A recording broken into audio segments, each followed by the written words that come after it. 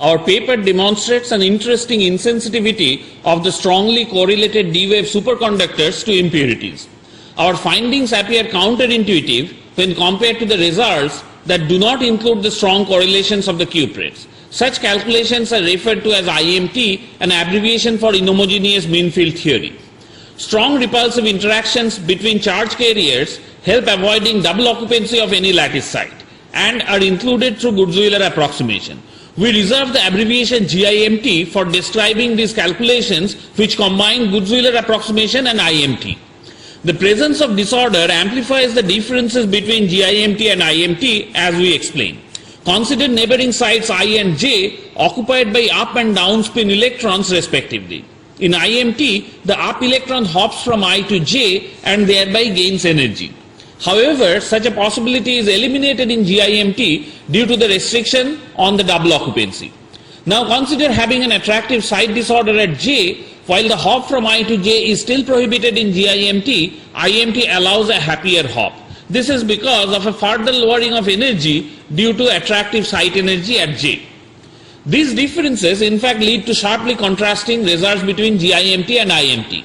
Carrying out calculations using Hubbard model with disorder, which leads to an effective TJ model for the chosen parameters, we outline some of our results at zero temperature. For example, the distribution of D-wave pairing amplitudes from GIMT and IMT show their contrasting evolution with disorder. Then the off-diagonal long-range order on the left panel and the superfluid density on the right establishes their robustness to disorder in GIMT, whereas the IMT results are seriously affected by disorder. Similarly, the standard D-wave V-shaped low-lying density of states suffers no effect from disorder in GIMT, although the IMT admits significant gap filling. Further details can be found in section 3 of our paper. A simple picture emerges if we write our effective Hamiltonian in the one-particle form as in equation 1. We define the normal states to indicate the wave functions of the same one-particle Hamiltonian, but with all the pairing terms suppressed as in equation 2. Note that H normal needs a self-consistent solution because T effective and V effective involve order parameters.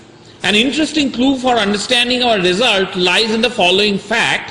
While the Bayer model had impurities only on the lattice sites, H normal includes disorder also on the links connecting adjacent sites through T effective. Our results demonstrate that the link impurities are irrelevant in IMT, however both components are important in GIMT. In fact, they compete, reducing the overall inhomogeneities in this case. Such competing nature of the two is established through a color density plot as presented in figure 6 of the paper. A clear spatial anticorrelation between the two panels demonstrates this competition. Our results are reminiscent of Anderson's theorem, which traditionally applies to low temperature S-wave superconductors. Exploring why the same could be the scenario even for cuprates, we note that the theorem results if superconducting pairing occurs between the time reverse exact eigenstates. We argue that our GIMT results could be interpreted as a pairing between all the normal states. To see this, we first solve for H normal amounting to a self-consistent evaluation of T effective and V effective. Next, we construct a BDG type matrix whose diagonal blocks are contributed by H normal and the off-diagonal entries are taken from our GIMT solutions. In the final step, we solve for the eigenvalue problem of HBDG and recalculate delta. We find a good agreement between this non-self-consistent output delta and its input from the GIMT.